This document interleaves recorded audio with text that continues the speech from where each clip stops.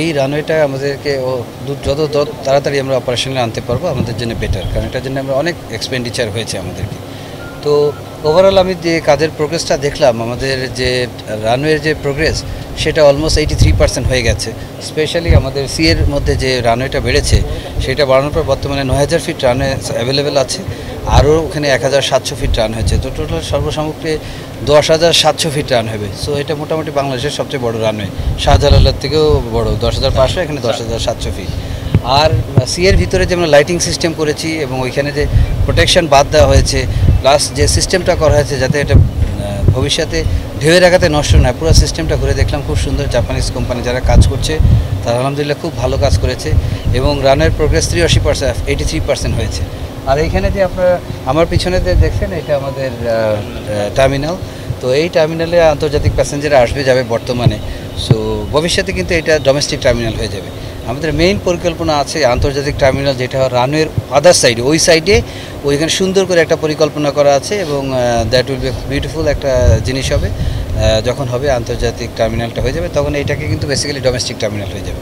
But at this moment এটা domestic terminal এবং আন্তর্জাতিক টার্মিনাল দুইটারই পারপাস সার্ভ হবে। আপনারা দেখছেন একটা বোর্ডিং ব্রিজ আছে, যেহেতু প্যাসেঞ্জারের সংখ্যা এখনও কম, একটা বোর্ডিং ব্রিজ হবে। ভবিষ্যতে যদি বোর্ডিং ব্রিজের আরও রিকোয়ারমেন্ট থাকে তাহলে আমরা রিকোয়ারমেন্টটা বাড়িয়ে দেবো। আমাদের কাজের গতিশীলতা আছে, মাঝখানে একটু কাজ কমেছিল, আপনারা জানেন যে একটু ডলারের পরিস্থিতির জন্য আমরা অনেক পেমেন্টটা আমাদের আটকিয়েছিল, যেটার জন্য ওনারা কাজটা কিছুটা পিছিয়ে গেছে। তো আমরা ওনাদের সাথে কথা বলেছি, কোম্পানির সাথে, ওনাদেরকে অ্যাসিওর করেছি যে আপনারা কাজ চালিয়ে যান, আপনাদের টাকা পয়সা আমরা ইনশাল্লাহ ব্যবস্থা হয়ে যাবে। সো আমরা ওইভাবে যাচ্ছি, তারাও কাজ শুরু করেছে, ইনশাল্লাহ আশা করছি দ্রুততম সময় হয়ে যাবে। আপনি দেখছেন এই যে টার্মিনালটা, এটা 93 ভাগ কাজ শেষ হয়েছে। উপরে যে ঝিনুকের মতো একটা স্ট্রাকচার আপনি দেখেছেন, সুপার স্ট্রাকচার, ওটা লাগালে আর ভিতরে অল্প কিছু কাজ করলে 7% কাজ করলে এটা হয়ে যাবে। কিন্তু এখন আমাদের কিছু জটিলতা আছে। এটা আন্তর্জাতিক রানওয়ে বা রানওয়ে হিসেবে যদি আমরা ডিক্লেয়ার করতে চাই, তো এখানে আমাদের কিছু ল্যান্ড ডিসপিউট আছে, 5-7টা ল্যান্ড ডিসপিউট আছে। একটা ল্যান্ড ডিসপিউট আছে আমাদের এখানে সিভিল, হ্যাঁ, ঝিনুক মার্কেট একটা আছে। ওনাদেরকে আসলে সিভিল এভিয়েশনের তরফ থেকে কিন্তু আমরা এখানকার যে প্রশাসনকে যে টাকা পয়সা দেওয়ার কথা, তাদের কম্পেনসেশন পুরাটাই কিন্তু দিয়ে দিয়েছি। তো এখনও পর্যন্ত ওনারা যায় নাই। প্লাস এখানে যারা ওই other side of the runway, যেখানে আমাদের মেইন আন্তর্জাতিক টার্মিনাল হবে, ওখানে কিন্তু প্রচুর লোকজন বাস করে। তাদের জন্য কিন্তু আপনি জানেন আমরা এখানে নতুন করে কুরুশকুলে আমরা আশ্রয়ন প্রকল্প, বিশাল একটা আশ্রয়ন প্রকল্প করেছি, আমি দেখেছি অত্যন্ত সুন্দর। তো এবং কানেক্টিং ব্রিজও এলজিডির মাধ্যমে টাকা করা হয়েছে। আমরা কিন্তু সমস্ত কিছু পেমেন্ট সিভিল এভিয়েশন বহন করেছে। কিন্তু তারপরে আমি যেটা এখানে দেখলাম যে কিছু লোক শিফট হয়েছে, অনেকে শিফট হয়নি, জায়গা আছে শিফট হয়নি। এবার যারা শিফট হয়েছে তারা কিন্তু এখানে ধরে রেখেছে। সো বেসিক্যালি আমাদের কাজটা প্রোগ্রেসটা বাধাগ্রস্ত হচ্ছে। এই জন্য আমরা এখানকার যে প্রশাসন আছে, প্রশাসনের সাথে কথা বলেছি।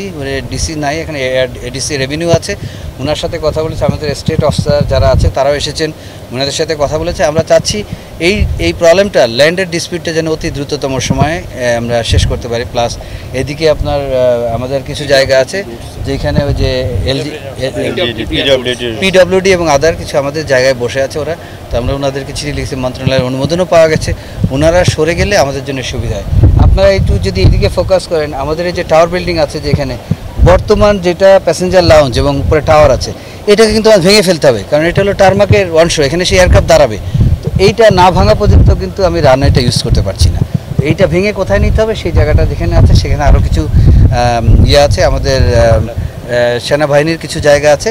তো আমরা ওনাদের সাথে কথা বলছি, বিনীতভাবে অনুরোধ করবো যে ওনারা যদি ওই জায়গাটা আমাদেরকে স্পেয়ার করে তাহলে আমরা আন্তর্জাতিক মানের বিমানবন্দরটা এখানে করতে পারবো। কারণ বিমানবন্দরের রেঞ্জের ভিতরে যে রানওয়ে থেকে যেটা আছে সেই সীমানার ভিতরে চলে এসছে।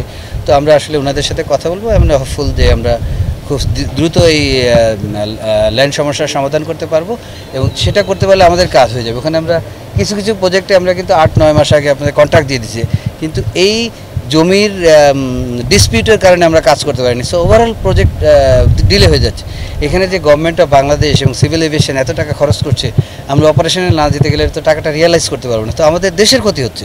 তো আমি সব যারা ল্যান্ড ডিসপিউটের সাথে যাদের আছে, আমি বলবো যে আমরা অ্যামিকেবল একটা সলিউশনের জন্য সবাই চলে আসি এবং অতি দ্রুত যেন এই এয়ারপোর্টটার কাজ শুরু